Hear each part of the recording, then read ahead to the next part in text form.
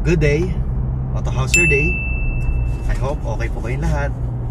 So ang agenda namin today ay pupunta kami ng showroom to check our stocks and titignan ko po kung ano may tutulong ko. And then later meron po akong appraisal. I hope mag-success.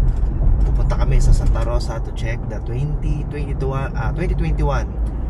Kia Carnival EX 7-seater na may sunroof. Yan yung unit under ng Ayala. So sa mga naghahanap ng Kia Carnival, especially yung mga modelo, antayin ninyo, color black ito and top of the line ng 7-seater na Carnival way back 2021. Okay? So tingnan natin kung ano mangyayari mamaya.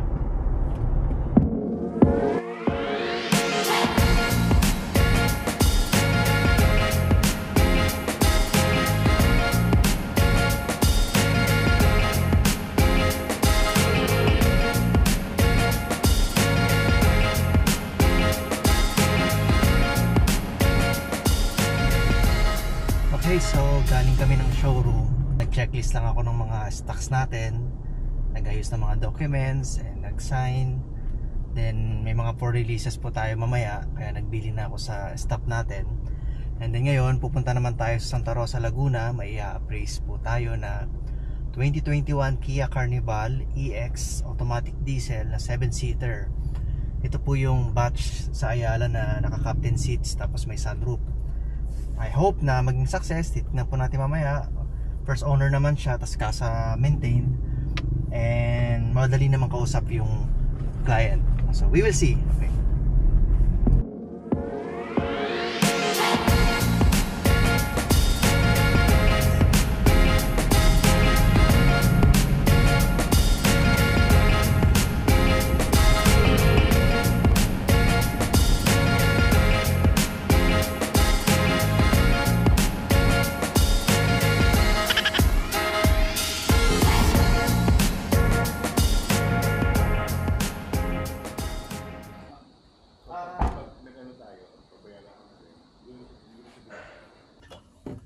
Okay naman kay sir na videohan yung appraisal.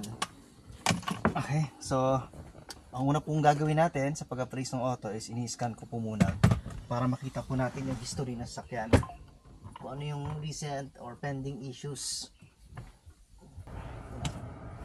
Scan muna natin. Automatic search.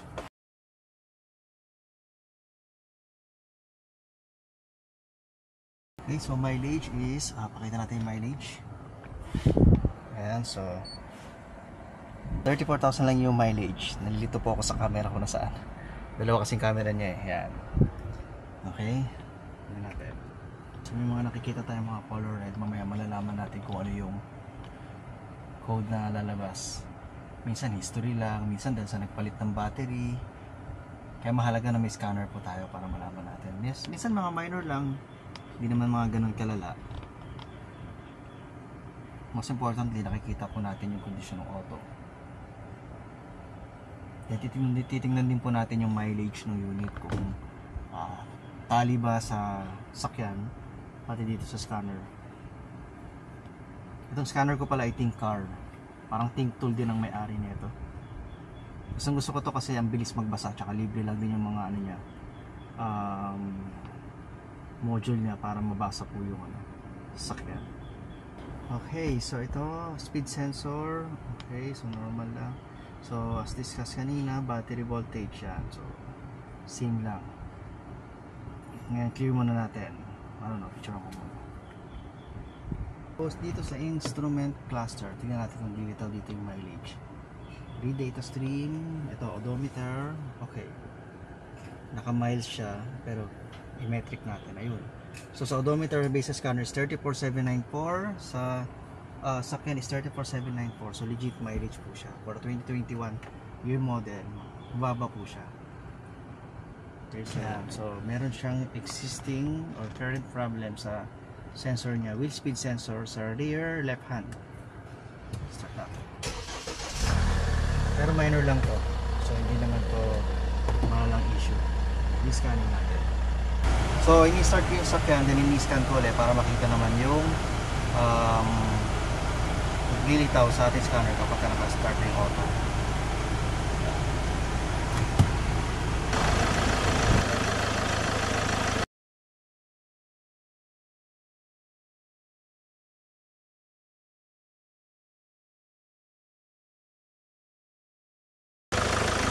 so far naman wala naman siyang bangga, okay naman siya. Medyo palido na yung mga langis. Hello po, good afternoon. Hello. Yung service record na this week. Ito yung captain seats. Tingnan naman natin yung sawa ng tinuklot. Sunroof, okay naman siya, gumagana. Ito natin labas.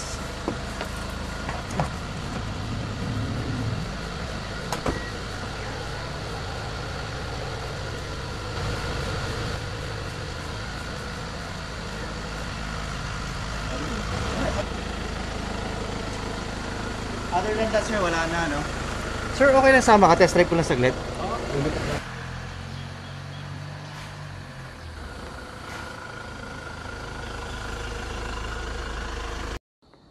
Okay, so far okay naman yung unit. Minor lang yung mga gagawin. Like yung speed sensor, din onting repair sa body, maintenance, pangilalim, okay. No history of flood, walang major accident. Yung mga minor scratches lang, tulad ng mga ganito. Doon, meron siyang tama doon, ang maliliit. Then, yung sakit ng mga block, na mga hairline sa lata. Then, upon checking yung makina, so due for maintenance na siya. Kasi every year yung pagpapamaintenance. So, with Casa Records po ito sa Alabang lang. Kia Alabang lang siya pinapa-service. So, okay na kami, sir. Nag-deal na rin kami. So, expect po ninyo na papasok po ito sa showroom. So, antayin nyo lang. Okay? Okay na. So, done deal.